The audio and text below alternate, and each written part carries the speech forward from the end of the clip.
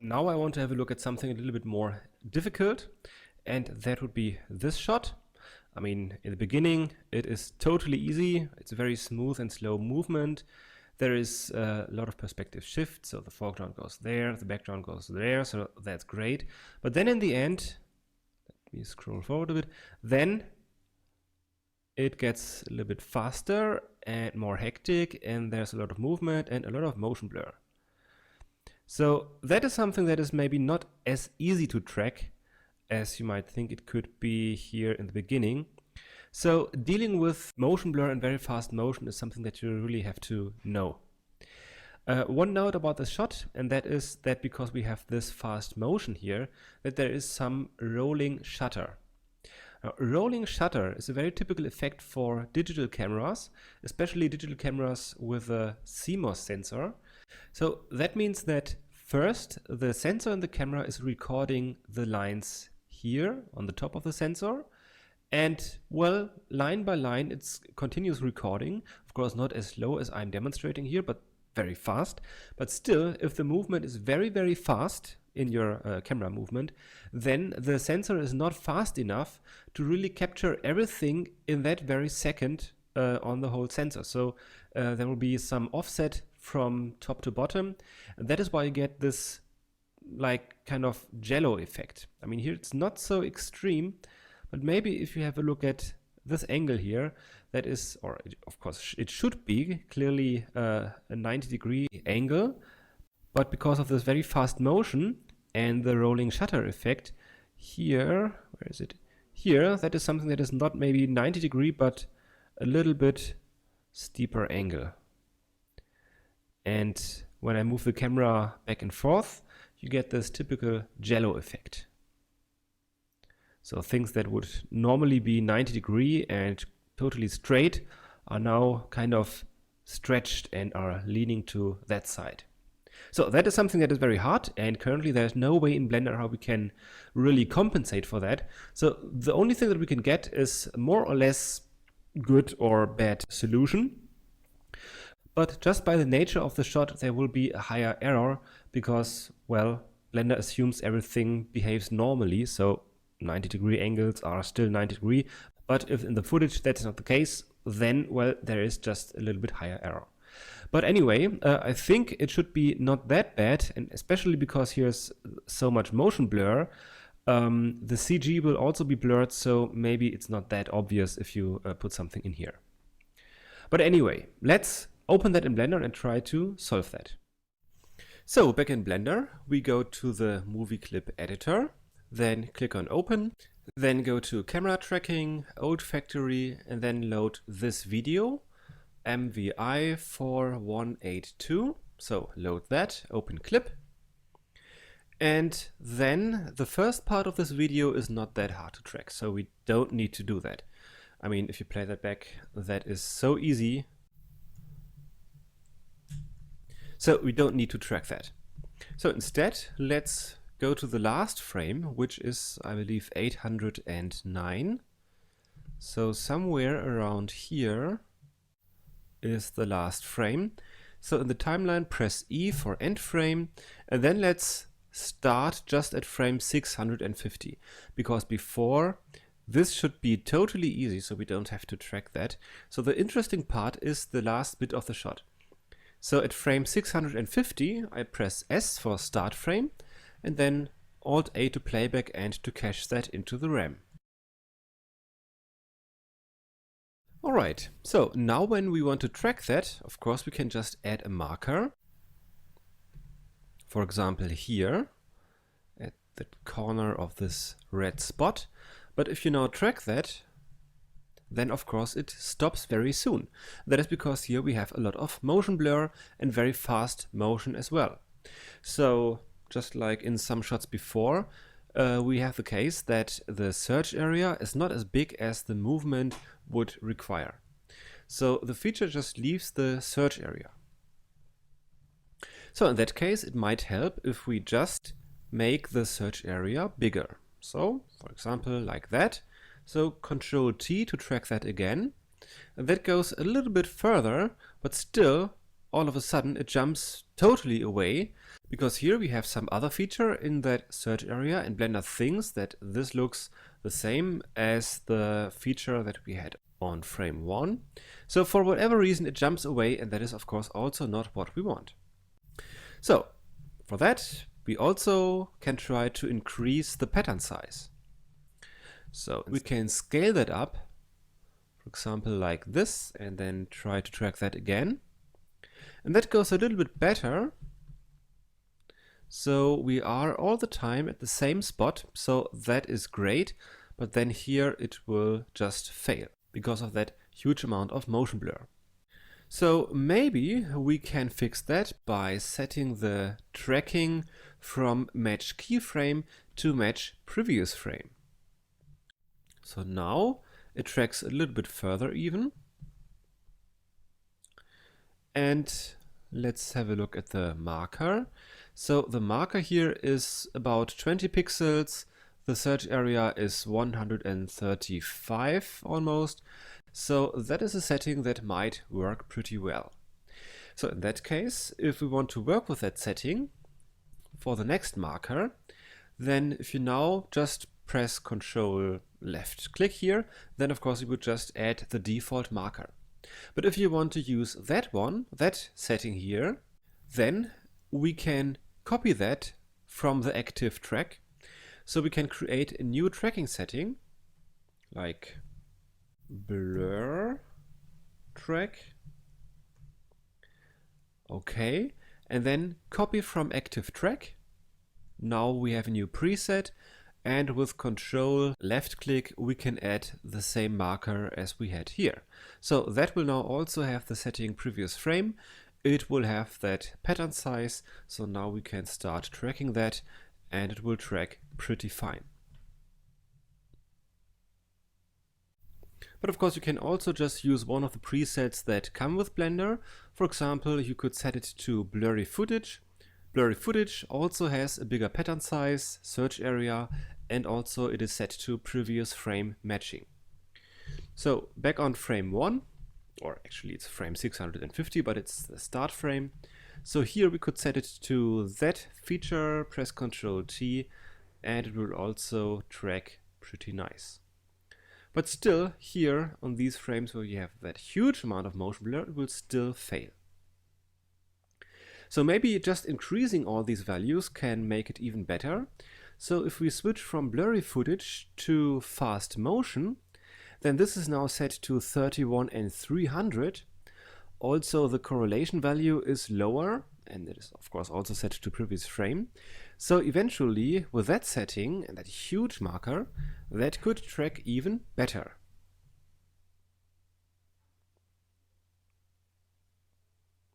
So that has now been able to track the whole sequence. So even with this excessive amount of motion blur, that has been tracking just fine. So that's great. But of course, as you could see, it is also much slower, of course, because it has to just track much more.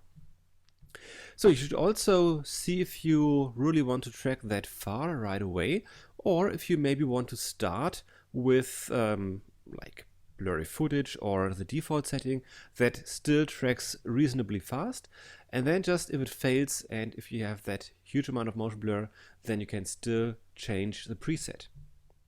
So maybe let's continue tracking with the easier setting. It's not that easy, but well, blurry footage. So Ctrl T, track that, and then when it fails, you can just increase the size, scale it up, and continue. Well, in that case, it still doesn't work. Like so, maybe some manual tweaks.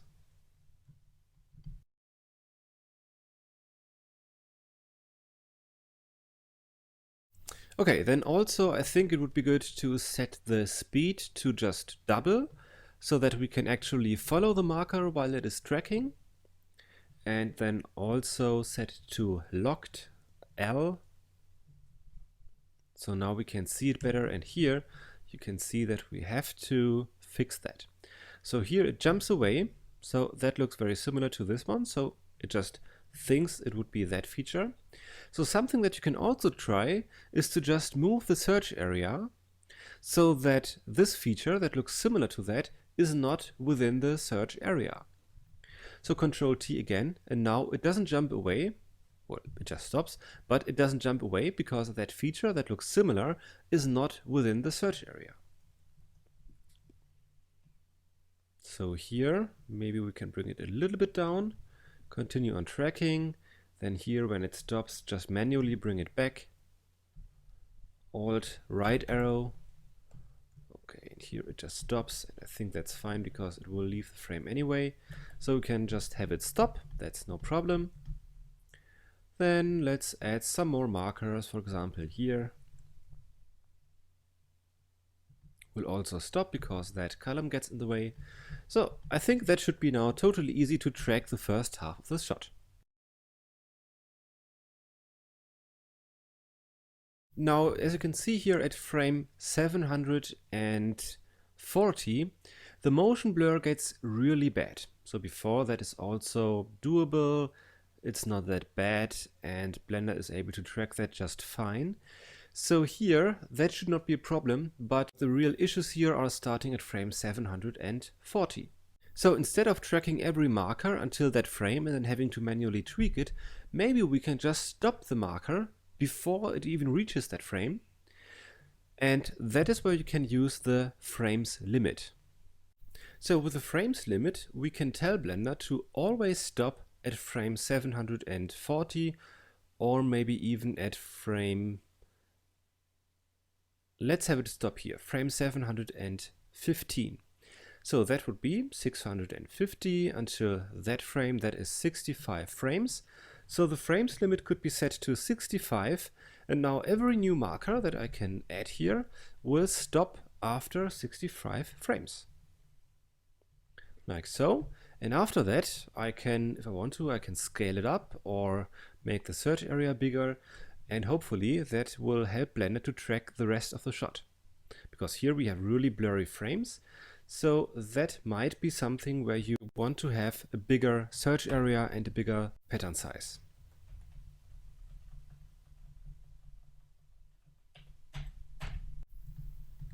Alright, so first I would suggest to just track everything until these 65 frames, like so. Everything that was easy can now use that fast and easy preset.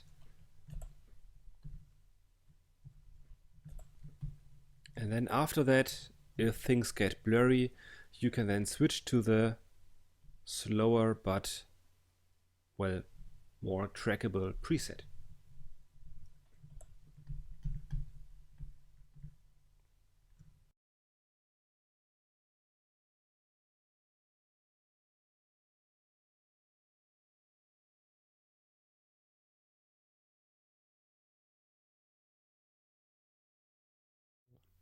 Alright, so now with these tracked, we can start extending them so that they are also visible here in the last part of the shot as this one. So let's do the same to these ones. So that is ending here, but of course it should be longer. So just scale it up a little bit, make the search area much bigger, and then Alt right arrow and then also L, so that we can follow it and track it frame by frame. Like that. Then the next frame it's just not visible anymore, so we can keep it disabled. And basically it's really just about scaling them up and then maybe just tracking frame by frame, trying to make sure that you always pick the right feature if it has to be re-enabled.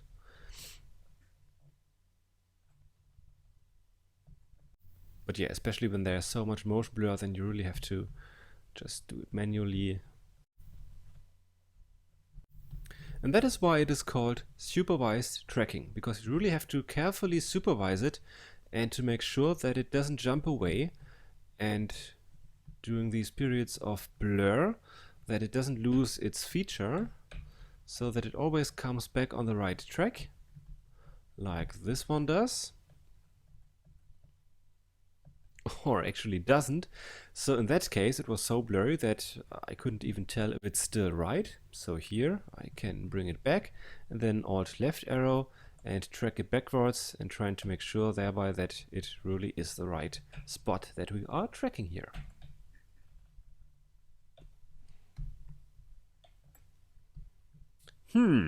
What could it be? I guess here.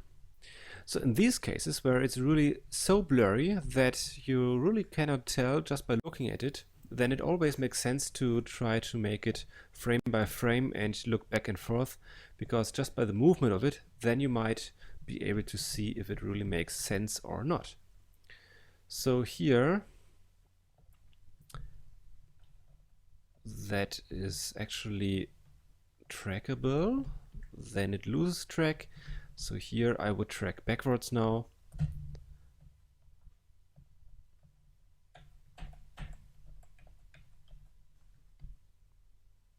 Well, that's now really hard to tell. I guess something here. Oh no. See? So that was wrong. So now we have to track backwards from that point. So here from frame 791, I track backwards. And then during this period of blur, I don't know. Oh, okay.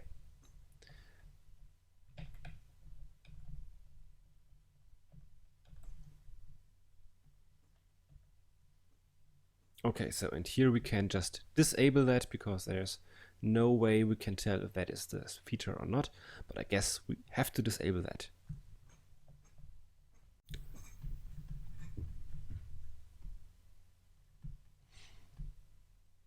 Okay, so I will just continue with these and then later come back.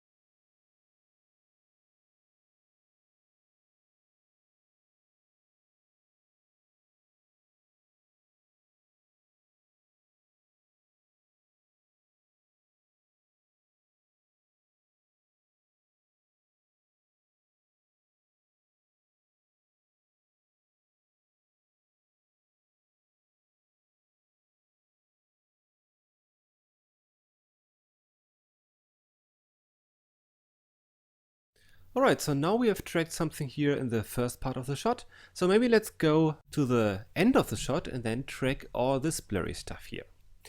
So we've got something here, so that area might be already covered.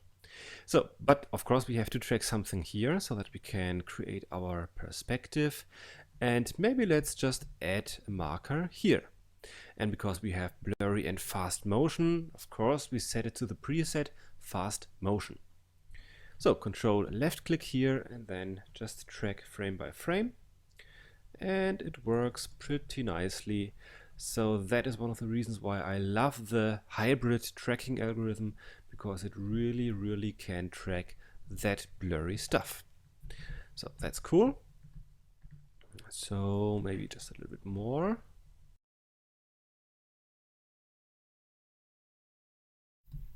Okay, then something on the floor. That spot might be something until that frame. All right. Then maybe this reddish area down there.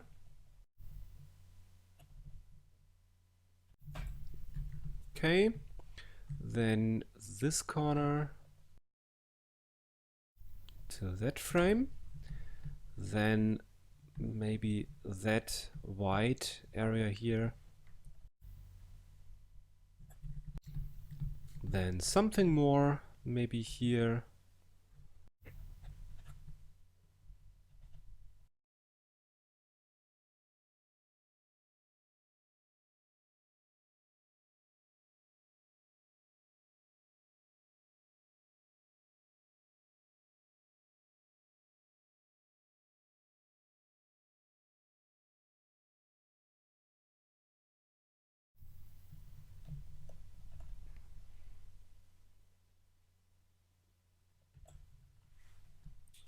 Oh, look at that. We've got already something here. So in that case, if this would be a little bit more on that spot, maybe we can force it to. Yeah, see, it leaves the frame anyway. So let's have a look at this one. So that is here in that corner. And actually we are, I would say, yes, we are at that corner. So let me first fix that, because we can just join the two markers so that we don't have to track them double. So here we can already bring it back into that corner of that red spot.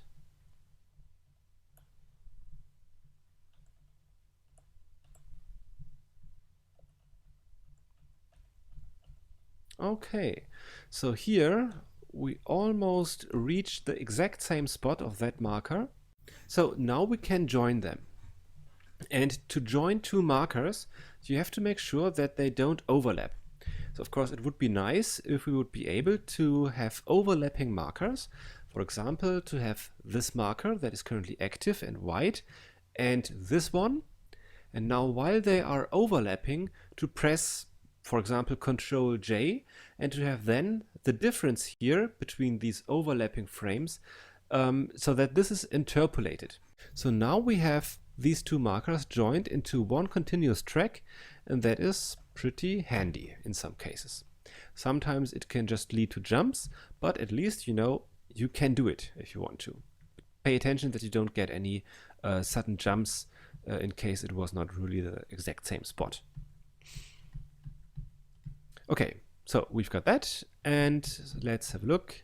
So at the last frame we have plenty of markers. That looks okay. Then maybe we want to add something more here in the foreground. So for example, that is a pretty nice and bright feature, so we can track that until that frame and then backwards.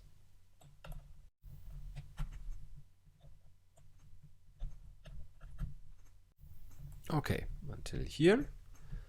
So now let's see, maybe press M to see that without the footage. So, yeah, now that's to maybe L to unlock it. So we've got a nice coverage here on these frames, so that looks okay. But then that's not enough markers, definitely not. So we need something more here and especially in that area. So re-enable the footage again and then continue on tracking. So now we can easily add some markers here and then track them frame by frame.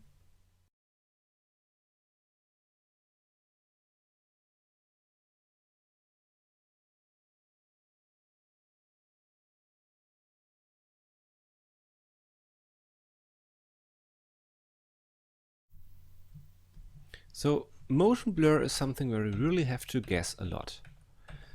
And then hopefully you always find the right spot. But it's just difficult to deal with that. And it's also very tedious. So when you're shooting, then it's really good if you can avoid that kind of motion blur.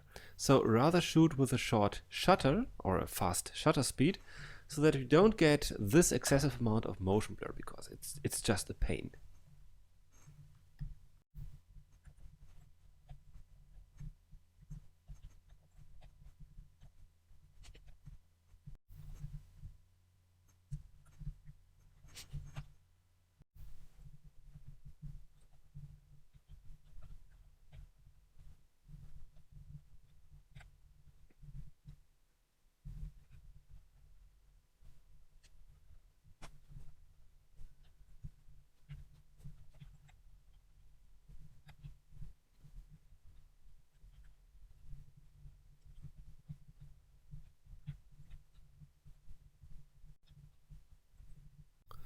Alright, and now let's see if we can solve that. So of course, first we go to camera data and then enter the preset. And again, that was my Canon 550D.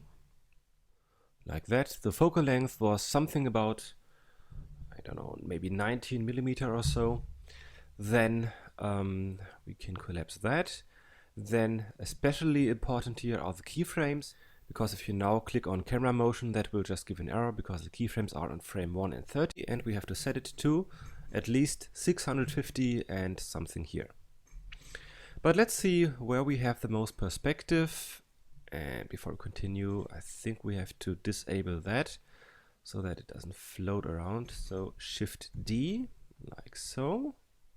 Maybe we can just start off with 650 and 700. Okay, so then also let's enable refinement, focal length and K1 and K2, camera motion, and that didn't go too well, so 240 is not acceptable, of course. Maybe let's have a look at the curves, if that is all right. So select everything. No, that looks fine, except maybe that one. So what's he doing? Oh, that is wrong, of course. So let me just clear everything after that. Alt T. But the rest looks fine. Shift S to solve again. And that is a little bit better, but still not acceptable. Okay, so let's see if we can fix that by choosing different keyframes. For example, if we don't set it to this area, but to something where we have a little bit more in the foreground. For example, maybe here, 700 until, I don't know, maybe 718 or so. Shift S. And now you have a solve error that is much better than before. So I guess that if you think of all the motion blur and all the rolling shutter, that might eventually be acceptable. Of course, it's still not great and might be improved, but for this crappy footage, I guess it's okay. So let's see if we can have a look at the 3D solution. So let's first set the floor. Now, don't be confused, because since yesterday there's a little new feature, so we can also set the wall, but I will just continue on doing it as before. So set the floor with these 3 markers. Then also here set the origin, like that, and the x-axis. And now let's have a look at the 3D. Of course, first we have to set up the tracking scene, so click that. And now I think that makes kind of sense. So let's see if we first can set a scale. So that and that. Set the scale to 1. That looks a bit better. Then 0. And yeah, I think that's not too bad. So if you think of all the motion blur and all the problems that we have here, then it's not that bad. So I think we can use that, but of course before we should activate render undistorted. So here in the movie clip editor, go to proxy and timecode, just enable the checkbox here, and now that will also make sure that in the 3D viewport, in the background images setting, that this render undistorted will now have an effect, like so. Now of course you won't have real-time playback anymore, but at least these points will fit a little bit better to their original point. So it seems as if they would all fit pretty nicely. Okay, so next, to test that, we can maybe make this cube the column.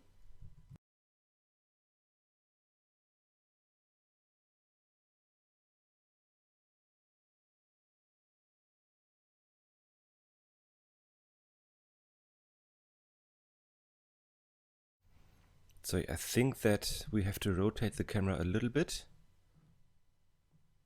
In that case, I want to do that manually. So maybe I can rotate around that point. So Shift S3, then set the pivoting to the 3D cursor. And now when I zoom out or go full screen and then press R and then X, yeah, I think that makes a little bit more sense. So now that line here of the cube is aligned a little bit better with the column. I guess maybe it could be a little bit more over here.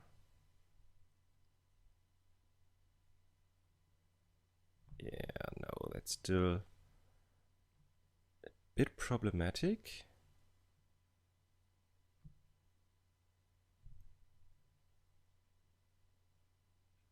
Oh no, so that fits pretty good. Here, of course, this is wrong because of the rolling shutter. So you can see that within the fast movement that the line here of that column is not aligned anymore with our cube. But if the movement is slower, then it fits again. So that tells you that here we have this kind of distortion from the rolling shutter. So that, yeah, that's okay, I think.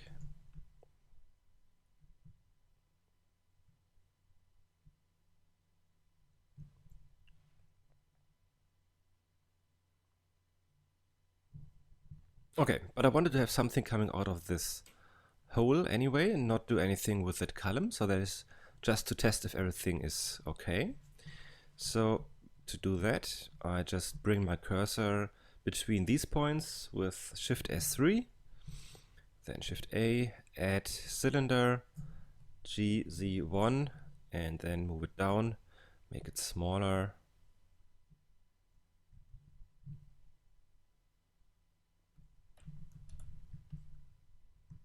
Make it bigger. Yeah, I think that's fine. So now if anything would fly out of this hole, so to say, then it should be pretty okay. So let's do something very simple. First, let me delete that cap of the cylinder, then bring the cursor here and make, for example, the monkey fly out of that hole. Of course, particle system also would be much more interesting, but just to test, this is easier. So let me set a keyframe here with I and then rotation and location, and then a few frames for that monkey comes out.